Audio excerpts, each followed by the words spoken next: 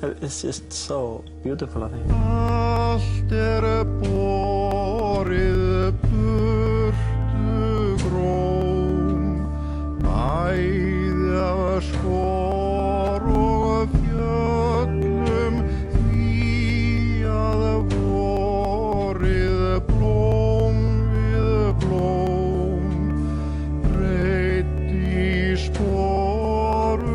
As difficult as the world may seem, human beings have always had the freedom to retreat into the privacy of our own mind. When the ethics and values of popular culture no longer accord with our own, we've always had the freedom to choose to create our own little reality for ourselves and for our family. Tyrannical governments of the world have long considered mind control to be the ultimate weapon of war. And today, these technologies are completely unregulated, well on their way to being rolled out at a global level. Microwaves can now be modulated into ideas, voices, even emotions or nervous system responses, and beamed directly into our brains on a mass scale. Even our dreams may no longer originate from within. Instead, they become mere computer programs, creatively conditioning us to obey. Gigantic fields of radar antennas, a global satellite grid, human handlers, and supercomputers can now inoculate our mind with artificial intelligence, transforming man into machine without him even knowing what happened. I think it's since I was a kid. My dad was a cryptographer in the Korean War. And there were a lot of things earlier in my life that when you look back through the prism of a TI experience, you can start to see things that are like, I was pretty well surrounded for years. I didn't really even realize what was going on. I think they'll do almost anything to anybody they can get away with. Yes. Like, just antagonize them every possible way. Yeah. Heart stopping, like I get that heart attacks, they're big on that, on blood pressure, and it's not much now. It's most like I don't hear them, but you can feel it. Like you can feel ideas. I'm sort of like on silent mode. Well, that's not okay. That is telepathy. Yeah. One very usual sentence that they used was that we are disappointed at you because you don't commit suicide. And that's very, very structured because they want to try my reaction, my interaction with different kind of behavior structure.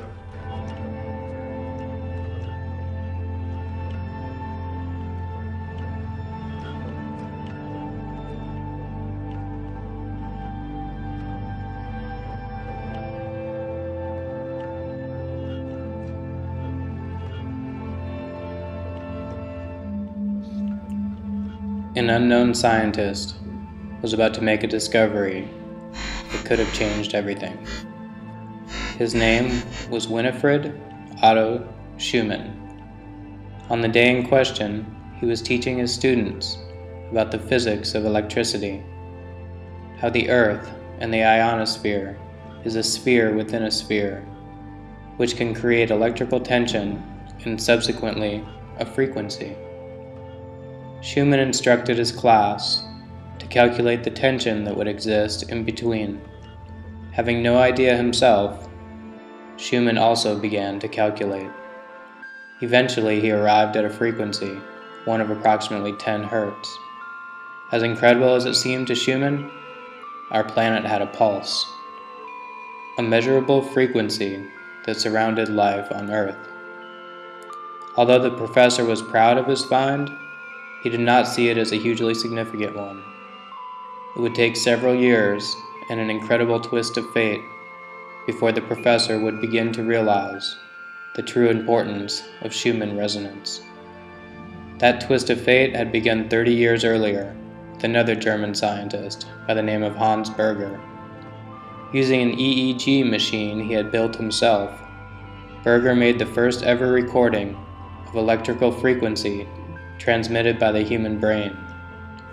It was initially suggested the wave be named after the man who discovered it, but Berger, being a modest man, called it the alpha wave.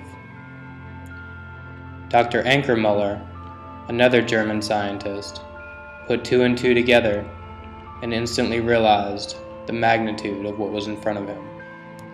The frequency of the alpha waves recorded by Hans Berger were nearly identical to Schumann resonance, the frequency of the Earth. Dr. Ankermüller immediately contacted Schumann to further investigate. They studied in detail how tension is discharged by lightning in the Earth's ionospheric cavity. Eventually, they came up with an exact frequency. The pulse of the Earth, Schumann resonance, was exactly 7.83 Hertz. The discovery was remarkable. Schumann resonance was not just similar to the alpha waves of the human brain, it was identical.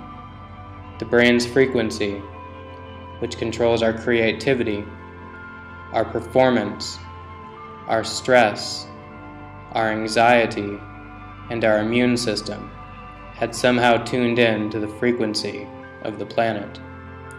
The pulse of the Earth had become the pulse of life itself. So what did all this mean? It was not long before somebody tried to find out. His name was Rutger Weaver, an acclaimed scientist from the Max Planck Institute. In the early 1960s, the professor constructed an underground bunker in order to examine the circadian rhythm of man. The circadian rhythm is the day-night cycle, which is engraved into all life. Over a 30-year period, the professor conducted experiments in which student volunteers would spend several weeks at a time living in the bunker, completely shielded from the natural resonances of the Earth. In his results, Weaver noted some astonishing findings. He discovered that when Schumann resonance was filtered out of the bunker, the students' physical and mental health suffered severely. Weaver would secretly introduce the 7.83 Hertz frequency into the bunker using an electromagnetic pulse generator. Every time he did so, he noted the ill effects suffered by the volunteers either disappeared or decreased. Their headaches and emotional distress was reduced, and their sense of well-being was restored, all by the introduction of Schumann resonance.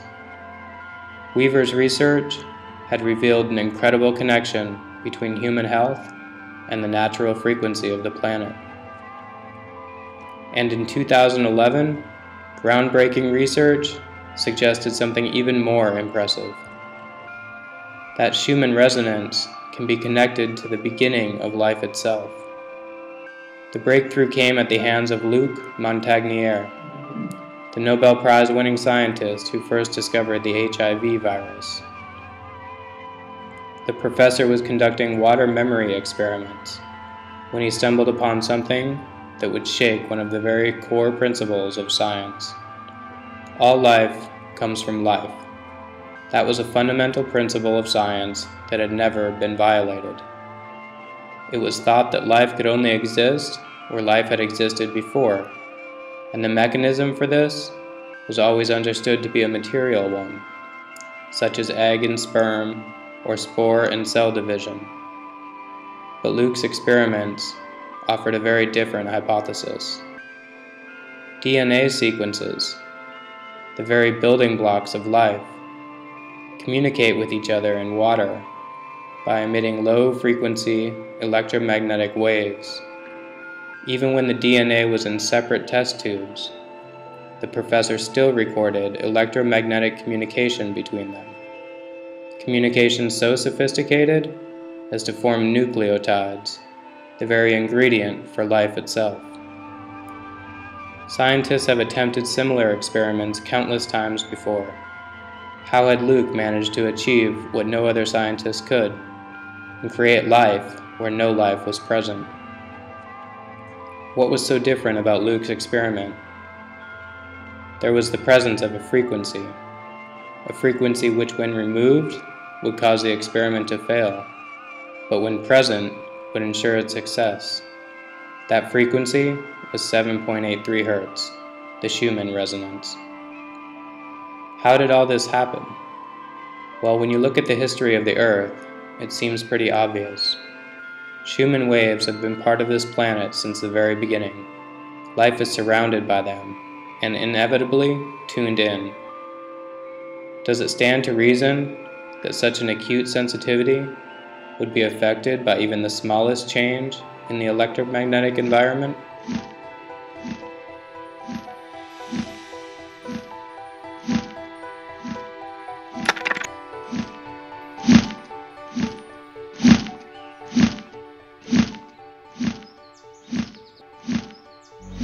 What about a gargantuan change? One that has happened nearly overnight. Accurate digital information. Now, an extension at the Research Institute in Chelmsford, which has perfected this technique. On the other end of this should be Liz Charnock.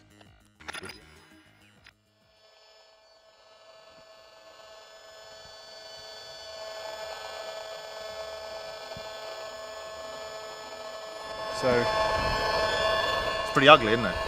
Yeah, and it's constant as well. One thing you'll notice is it doesn't stop. It's 24/7. This is what's coming out of the mast. If you can see the mast, you're being exposed to it. Right. Frankly, even if you can't, you're being exposed to it if you're this distance away, because it'll pass through, concrete walls and things. It'll dampen it a bit, but not very much. If you're within 200-300 metres of the mast up there, this is what you're going to be exposed to 24/7. When you can hear it, it changes everything. It does. Imagine if you could see it.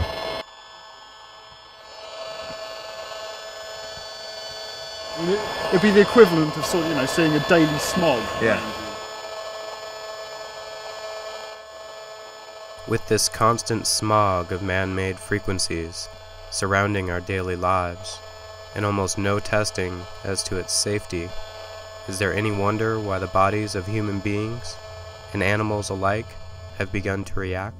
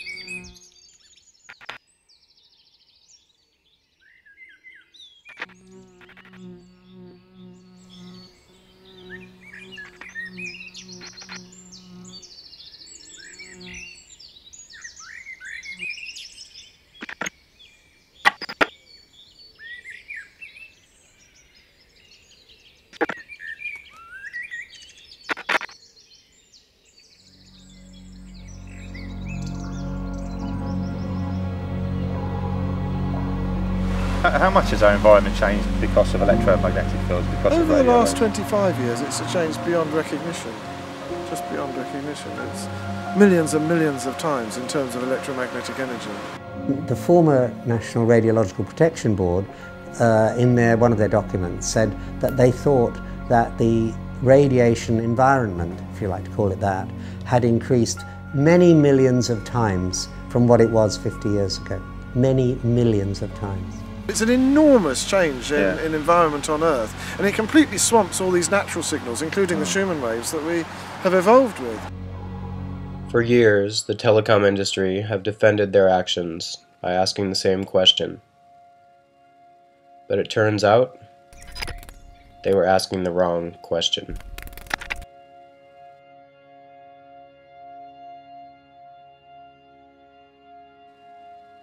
The answer is melatonin. At night, when we go to sleep, our pineal gland produces melatonin. This highly evolved and delicate gland cannot distinguish between light frequencies and man-made frequencies. It interprets radio waves as being light waves. It even sits right where our brain receives the signals from our eyes.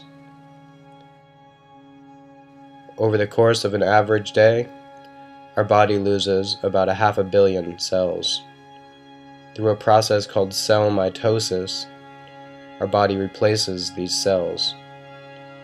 Each night, as our body performs this repair, millions of free radical cells are created. These free radicals attack healthy cells. Our body's main defense against these free radicals is melatonin. It is universally agreed that these free radical cells are the main causal factor in most cancers. And not only cancer. Melatonin is the body's wonder drug. Decreased levels of melatonin severely impair our immune system, making us more prone to all sorts of disease, sleep disturbances, heart complications, increased signs of aging, autism, and cancer, to name but a few. For instance, autistic children have less than half the levels of melatonin that they should enjoy. The average woman with breast cancer has only 1/10 the melatonin of a typical woman her age. Where will all this lead? As this film is being made, 4G technology is being rolled out across the world. To accommodate this, the ceiling levels are being increased. Wi-Fi is in almost every single home and business. Over 4 billion people across the world press cell phones up to their head nearly each and every day. At a time when the extremely profitable telecom industry should be displaying caution, they are displaying a reckless disregard for our long-term health. Money talks, and they are about as likely to develop a conscience as the tobacco industries did. If there is going to be a change, it is not going to come from them. It is going to come from us.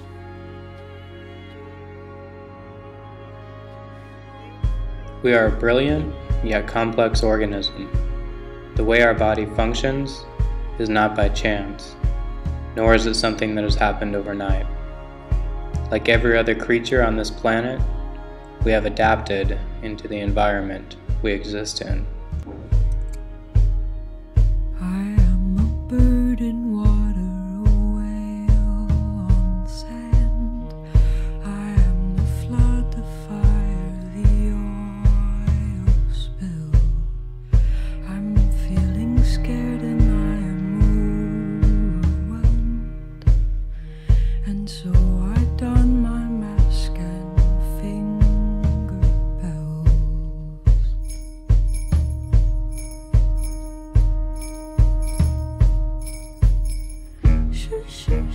An environment which, since the beginning of time, has had a delicate balance of fields and resonances.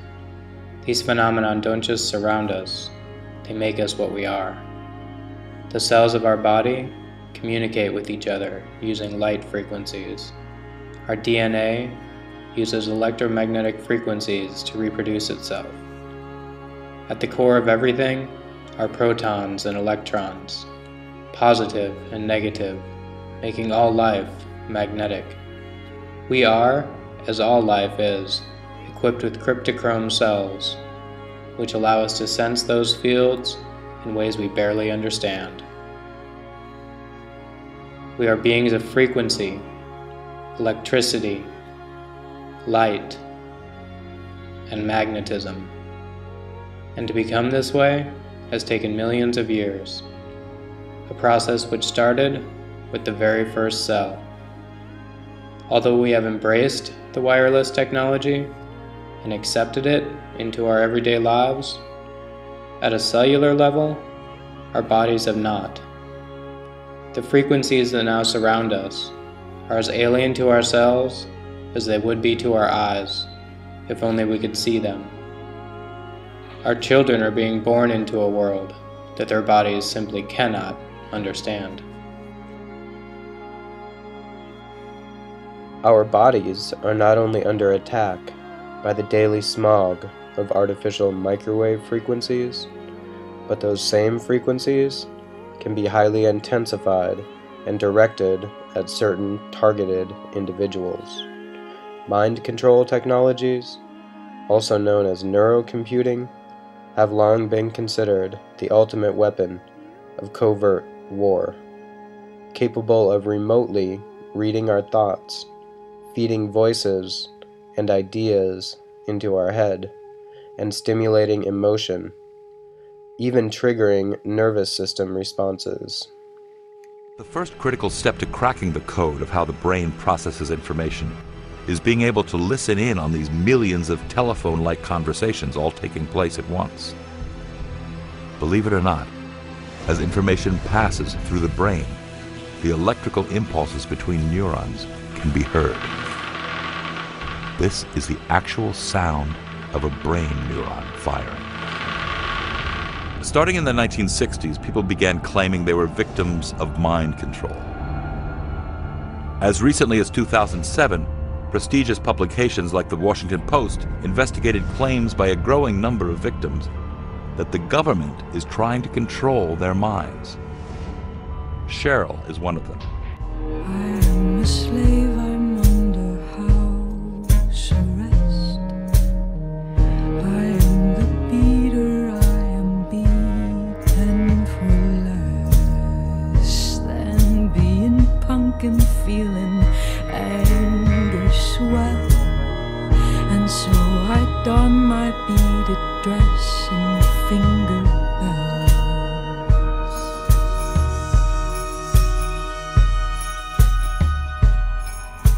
Basically, the hearing of the voices, the manipulation of all your electrical equipment, the clicks on the phone, the reading your thoughts, the reading your mind, seeing what you're seeing.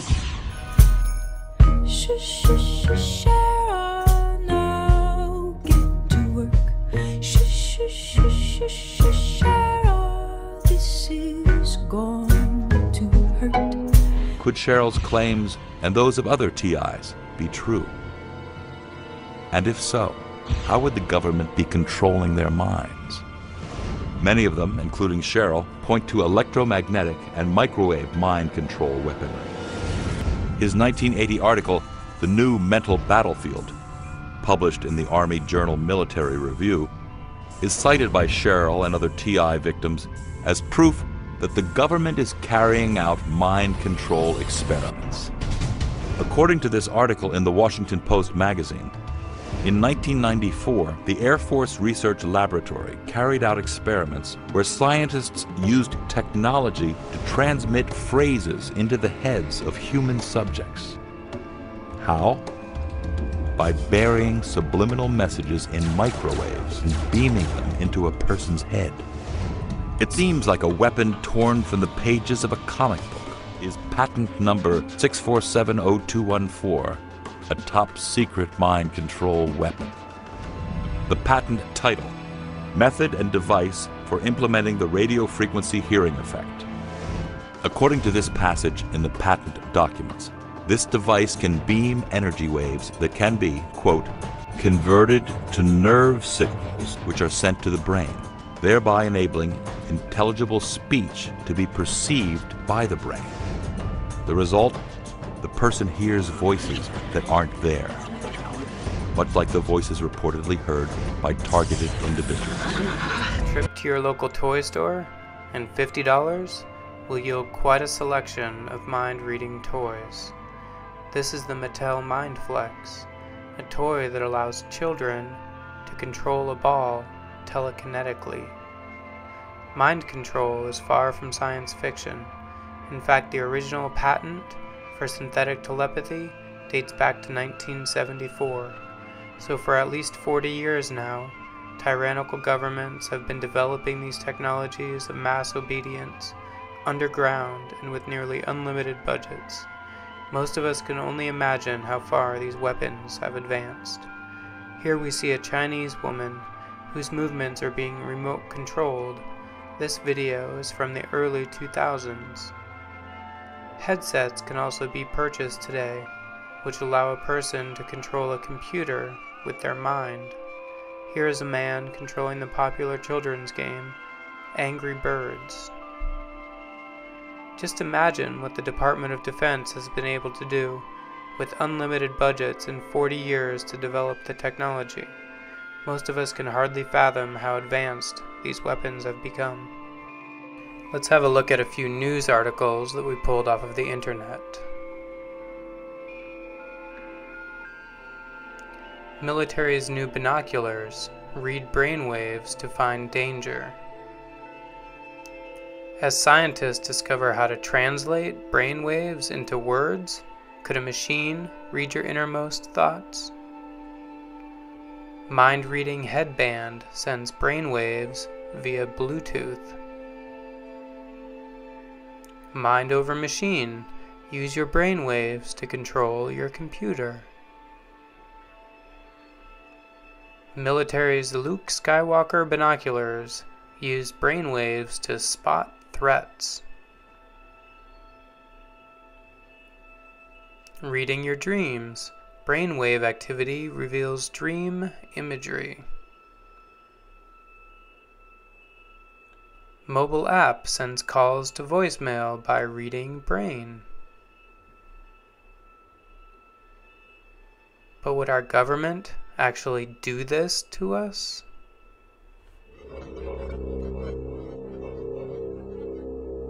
The origins of psychological warfare were in Nazi Germany, and in the Nazi ideology they had something that was called Weltanschauungskrieg, which means worldview warfare.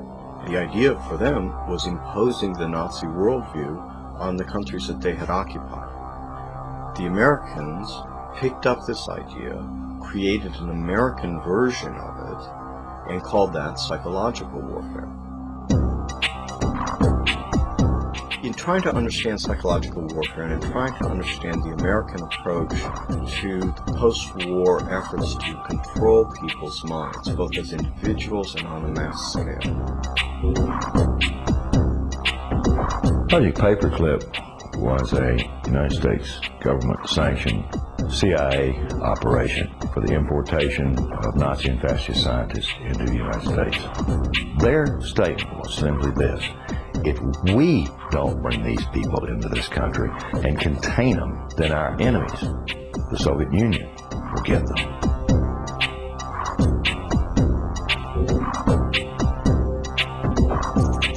The first wave was to bring these scientists. There was 700 odd propulsion scientists, and then there were some 600 and some odd mind sciences people that they brought in. The CIA was given the responsibility of actually placing the individuals that had a Project Paperclip into the military-industrial complex, including our colleges and universities.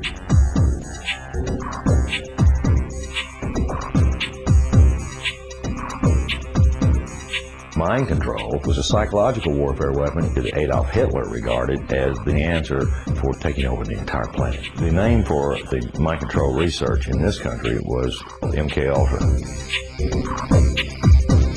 MKUltra was one program of a series of programs that came out of the CIA to experiment with different types of mind control, using drugs, using electroshock, using insulin shock, and other techniques.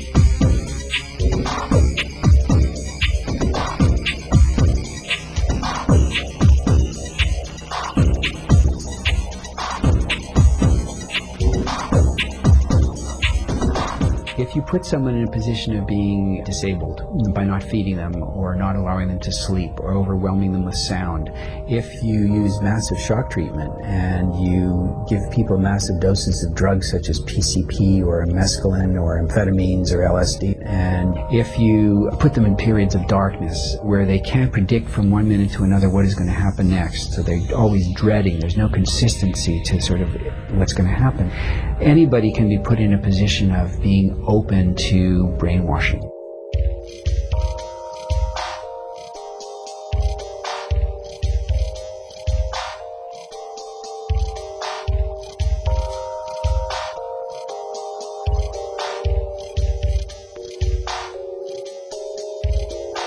He was using multiple kinds of loop recorders to force people to listen to recorded messages 24 hours a day for weeks on end to basically destroy people's thinking patterns.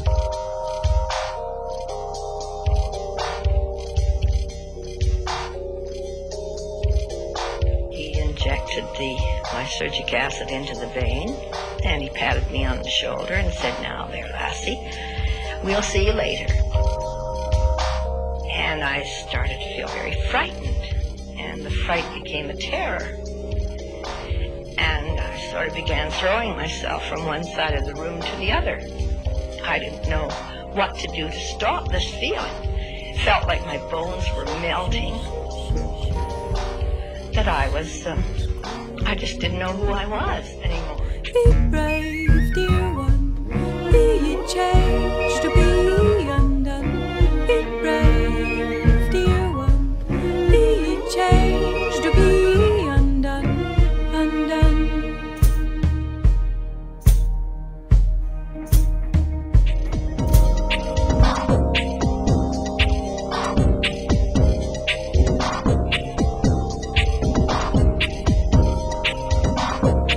This is not just break-ins of people's homes. It's not just invasions of privacy by illegal wiretapping. This is an invasion of a person's mind. And that is about as profound an injury, except for loss of life, that the government can impose. Now it's 50 years later. Now they're much more clever, much more sophisticated. They have a lot more money to spend. Even though they could do it, and even though they've done it before, what would make us think they're still doing it today? There's a rat in the kitchen and he's eating my cheese, eating my cheese, eating my cheese. A rat in the kitchen and he's eating my cheese, eating my cheese, alright. There's a snake in the cellar and he's drinking my wine, drinking my wine, drinking my... Gerard says he's been targeted by the government since the 1980s, ever since he spoke against George H.W. Bush. Well, that's why they told me they'd come into my life. Harlan Gerard says he knew he wasn't crazy, and he wasn't schizophrenic. So he gave up his job to investigate. I actually put an ad in the Progressive. Gerard found more people just like him. People who rubbed some public official or political insider the wrong way and wound up harassed by voices in their heads. Those people were going through exactly what I had been put through. Gerard's investigation took him to Washington. He found documents proving that government researchers experimented with mind control. And their tools included microwaves. Can you tell me a bit about the microwave technology? What can this equipment do?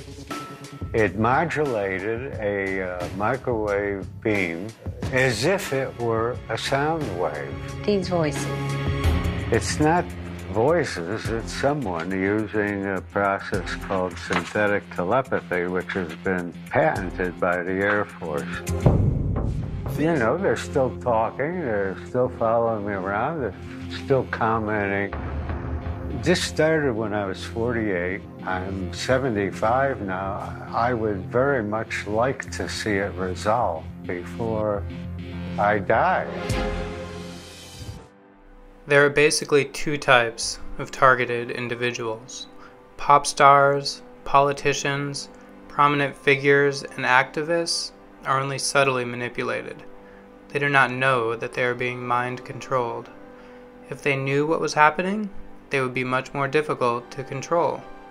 Targets like this are in the vast minority. The people we will hear from next, like 95% of the TIs out there today, are involuntary human test subjects. They are being used for tolerance testing. Supercomputers are analyzing their social patterns. Their brain signals are being modeled and stored in a database called TAMI, which stands for Thought Amplifying Mind Interface.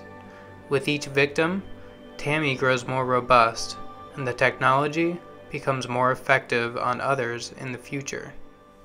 So I don my beaded dress and finger bells.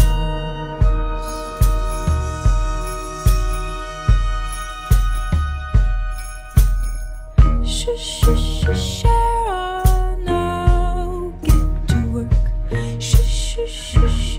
Miss Anya Briggs? This is going to hurt. Be brave, dear one. My name is Anya Briggs, and I am a private citizen and resident of New York City. I have been and continue to be experimented on against my will and without my permission as a human test subject and as a targeted individual forced into trauma-based mind control programs. Because of this ongoing experimentation, torture, and abuse, for my entire adult life, and possibly may have been a victim since my childhood. In the CIA's behavior modification program to test unwitting citizens in their ordinary day-to-day activities without their knowledge. In the final stage of the testing program, I believe that I could be one of those many thousands of civilians that were unwittingly tested. I now experience involuntary limb movements. I receive stingings. I get pains to my head, to my abdomen, to my vaginal area, and to my anal area. I am receiving from a language that I read concerning this technology. It is called Medusa, developed by the Navy, is being used on me. I get burning on my lower legs and my ankles. I get ringing in my ears. I get pulsing sensations in my body. I get an electrical current, an electrical sensation that goes up and down through my body and can be isolated to different parts of my body. I get severe tingling. I feel as though I am being roboticized.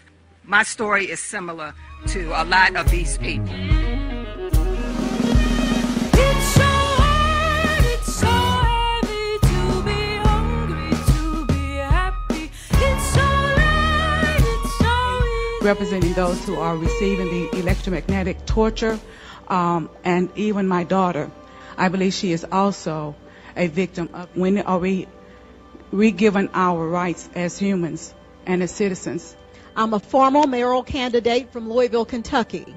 I am an 8-year victim survivor of assaults by directed energy weapons. Seizures, heart pain, earaches, itching behind eyes, burning behind eyes, swelling, headaches, involuntary movement of my limbs, mind paralysis, being hypnotized or placed in a trance-type state, controlled dreams, sleep deprivation, V2K, which is voice to skull.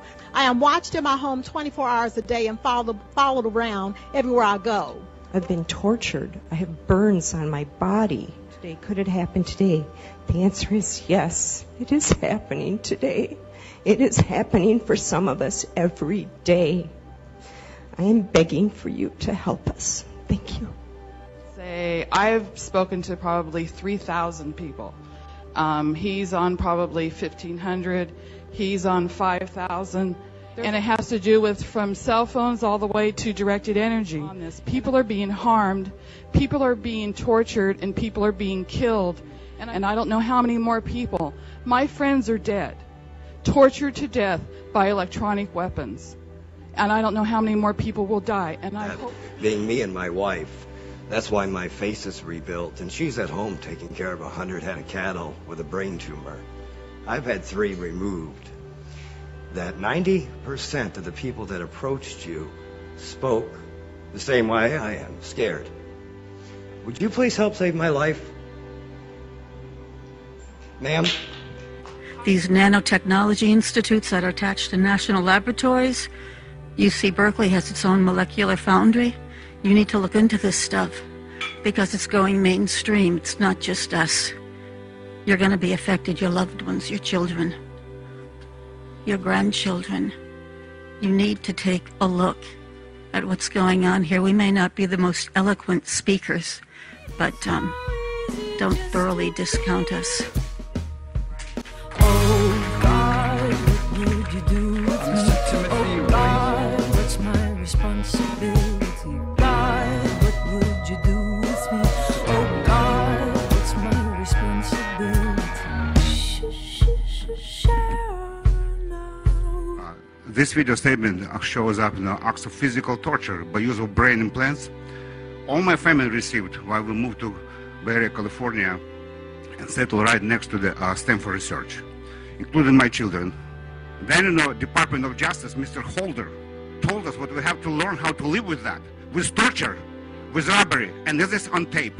And Mrs. Gottman has this tape, and we beg you so many times, please, call Obama, stop torture. Especially we came from Soviet Union, especially we came from the communist bloc, here for the freedom, and what they did to my babies. It's a horrific, obviously horrific story, and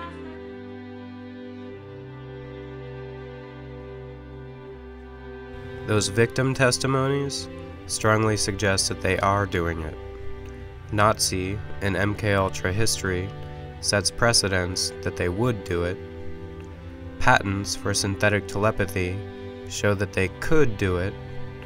Now let's listen to a Department of Defense whistleblower who has recently published a book detailing exactly how they are doing it.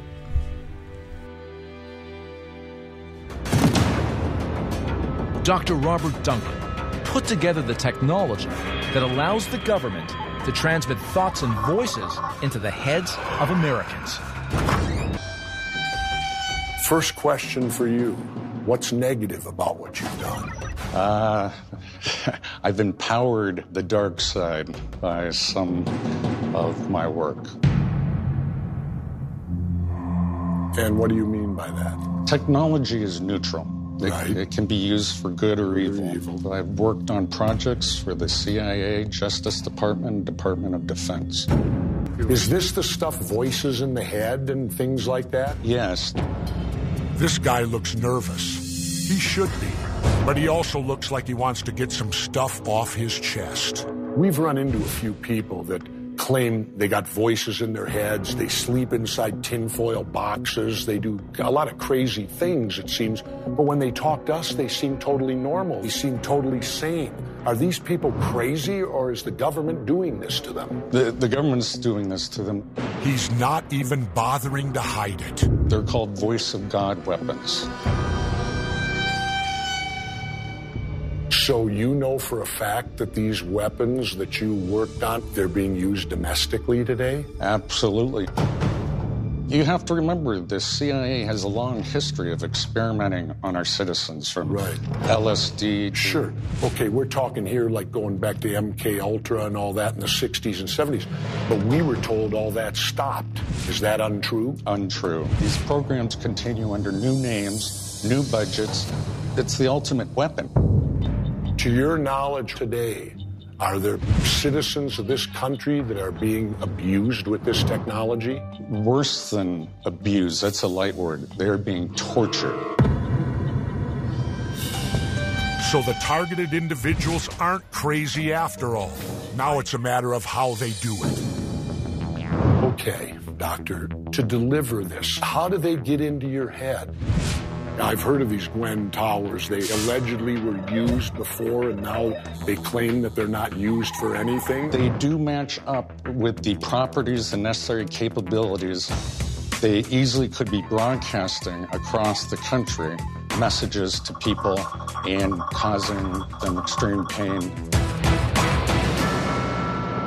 That's part of the whole world domination strategy. Control the population, from subconsciously to consciously. And now we've got a motive. Controlling dissenters, controlling the world, controlling you and me. Who are the controllers? I mean, is that our president? The Federal Reserve? No. So these are people within our government at a certain level making these decisions, and they're not necessarily our president or our elected officials. That's exactly right. Wow. That makes it even more difficult because they can't be removed. They can't be removed, and they're difficult to find. They hide in the dark crevices of our government. You worked for these people. You worked on this. You helped to develop it. I was naive. I did not know how the technologies were going to be put together and the ultimate weapon created. You're not still working for them. No. You're unequivocally looking me right in the eye right now, and you're telling me you have no more to do with this? and that you're out to expose it? That's correct, sir. Do you fear for your life? No, I don't. Why? I just don't fear death. So what you're telling me, every one of us should be in fear of this because every one of us at some point will be targeted? The technology's advanced that far. We heard it from the source. The man who went from Harvard to the CIA and helped develop the technology. He claims he's not working for them anymore, but he says the conspiracy lives on, and he says there's no way to stop it. Well, I don't buy that. We've shined a light on these rats, and now that we did, remember, you've got a voice too. We all do, and they can be the loudest of all.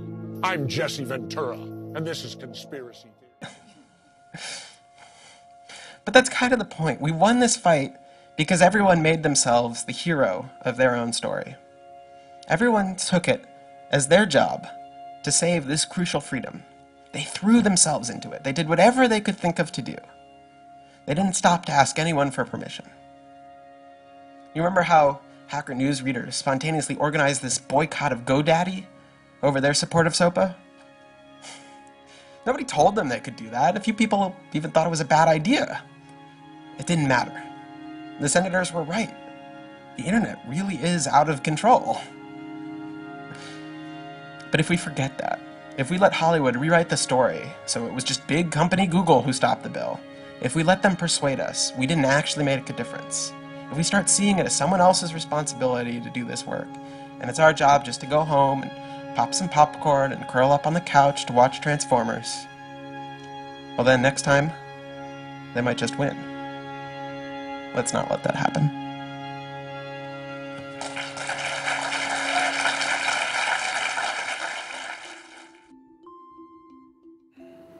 It is not easy to convey the magnitude of the situation the world is in today. Right now, nearly every politician, pop star, activist, and prominent figures from all walks of life could very well be mind-controlled. Not to mention the fact that right now, untold thousands of human beings are being tortured and used as involuntary test subjects. This is clearly one of the most challenging issues facing humanity today, and it also represents one of our greatest opportunities once it is overcome. When I began to realize how profoundly these technologies are affecting our world, I instantly dropped everything in my life and boarded a plane to Iceland to begin this campaign with my good friend Gullion. Because this is not something that can be fixed within the United States, it really requires international attention. Imagine the possibility that world political leaders, stars of popular culture, social activists, or really anyone in a position to inspire or influence social change is being targeted with these technologies. The thought of inaction quickly becomes unbearable. If we are ever to make the long prophesized shift, mind control has got to be stopped. We can only speculate as to how many individuals are being mind controlled or experimented on today. It has become easy nowadays to just brush such negative thoughts aside and think, well, how does that affect me? With all the suffering we see in the news, we may feel like we can't be responsible for all of it. So we choose to ignore it and focus our attention on more uplifting things. This is not because we are inherently selfish. We are in fact beings of empathy. Try watching a video of someone breaking his leg so the bone sticks out. It's genuinely difficult for us. Even if it's just a movie and deep down we know it's not real. It's because we are hardwired to literally feel each other's pain. Today we are bombarded with such images from all angles. So we start to numb ourselves, just so we're able to carry on with our daily lives. In this case, you need to consciously allocate your empathy and embrace it, because we can and must stop this. Imagine if you were being attacked this way, a level of torture few of us can even fathom. And no matter how you could prove it, everyone thought you were crazy. Even your friends and family would start to distance themselves from you. We need to come together and support those people, because we understand now that this technology exists, and at least most of these people are sane and innocent victims. You might want to consider the fact too that as the technology becomes more advanced, it starts to be a question of when, not if, we will all become victims. and in a way we already are.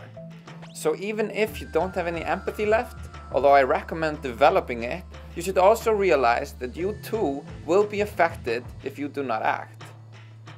Many of us have begun to truly understand the power of the internet and the importance of preserving our freedom to connect while maintaining our privacy. But it's almost silly to fight for internet rights when our own mind, the first and last sanctuary of privacy, is being violated. The internet is only as good as the thoughts which are allowed to enter its stream. Let us consider for a moment the best methods of defense against these telepathic attacks. First and foremost is awareness that it is happening. Once we are aware, we can become more vigilant of our thoughts, weighing them against love and logic before sharing or basing our actions upon them. There is clearly an electromagnetic field that emanates from each of us. When this field is strong, it becomes our shield. Eating healthy foods, exercising outside in nature, meditating, avoiding alcohol, and having a mission in life are all ways of strengthening our electromagnetic field. This field can become incredibly strong when we meditate with the intention of building it up, not only for ourselves, but for all targeted individuals, because the whole is infinitely greater than the sum of its parts. It's important that we take action, and that we do so in a strategic way. Focus on getting this information first to the people who trust and respect you. Once we've developed a solid core of passionate people, we can begin reaching out to popular artists, politicians, media figures, heads of business, or any activists working to expose corruption, as these are the people who are most likely to be targeted. In today's social media climate, it's easy to hit people up in a chat box or send them an email, which can be more effective than posting to your wall. A lot of people become overwhelmed when faced with this type of information, and they feel like they're powerless to stop it. But there's a lot we can do to help raise awareness. Write articles, make videos, write a song, or do graffiti. Post your work on social networks and just keep planting seeds. And be patient. These things take time, and every step in the right direction is important. Many people are simply not ready for this information. It can be very paranoia-inducing. So it is imperative that we know our song well before we start singing. This information really begs us to question everything at the most fundamental levels. And the positive aspects of this technology are incredibly awe-inspiring. Imagine ending nearly all disease, or being able to Google something telepathically. Is it possible that telepathy is a natural human ability that we have yet to integrate into our collective consciousness? Of course, any government on the planet who is true to their people should be taking steps to ensure that their citizens and politicians are protected from these type of attacks. This means getting scientists on our side who will develop the best methods to defend against them. And also, they can come up with beneficial applications of this type of technology. As an Icelander, I feel that we have the potential to become the first country that recognizes this reality on a national level. And that would be the first step towards opening up international debate and discussion. We intend to accept any and all people who want to volunteer their time or energy to support this movement. Go to our website, which is whoiselisalam.org, and tell us how you can help. Sign the petition so that we can create a solid support network for targeted individuals, or contribute to our Kickstarter campaign. We plan to do some fundraising to promote awareness and to also gain some financial support so that we are able to grow this campaign, including all aspects of mind control, even beyond energy weapons. We spent about 1 month working full-time on developing this video and launching the campaign. It was a lot of work, but now the foundation has been laid. Soon we'll have funding and some office space in Reykjavik. Imagine what we'll be able to do with a team of dedicated artists, scientists, and activists, along with a support network of inspired and activated human beings. Once humanity is aware that this technology exists and is being used against unsuspecting citizens, we can never be so misled again. We will not fall for lies that lead to war and environmental destruction. perhaps we will remember who we really are at the deepest level of our existence. Beings of love and empathy, finally collaborating as a species for the benefit of all living beings, combining our natural abilities with this advanced technology to heal the wounds created by destructive thought patterns, some of which may not even have been ours to begin with. Iceland is the ideal place to start this revolution of the mind, and this information could lead to the collective epiphany so many of us have been patiently waiting for. You guys remember Coney?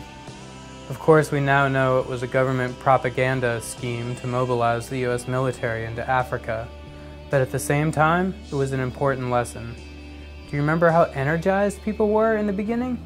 I can recall my 10-year-old nephew coming home from school and really wanting to do something after hearing his teacher mention it in class.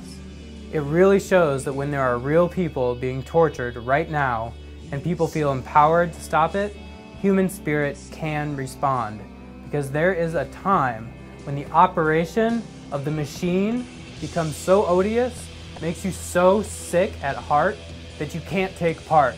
You can't even passively take part. And you've got to put your body upon the gears, upon the wheels, and upon the levers, upon all the apparatus, and you've got to make it stop. You've got to indicate to the people who run it, to the people who own it, that unless your mind is free, the machine will be prevented from working at all.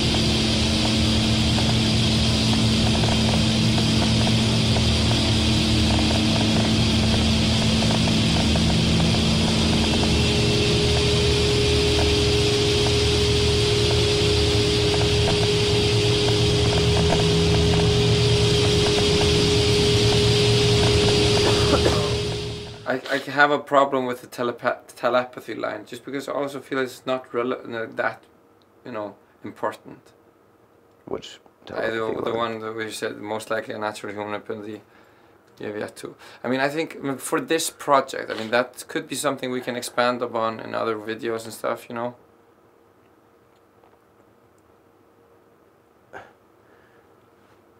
Right? I don't know, dude. I really like it. Yeah. Let's flip a coin. Okay. Heads, telepathy. Tails, no. Okay.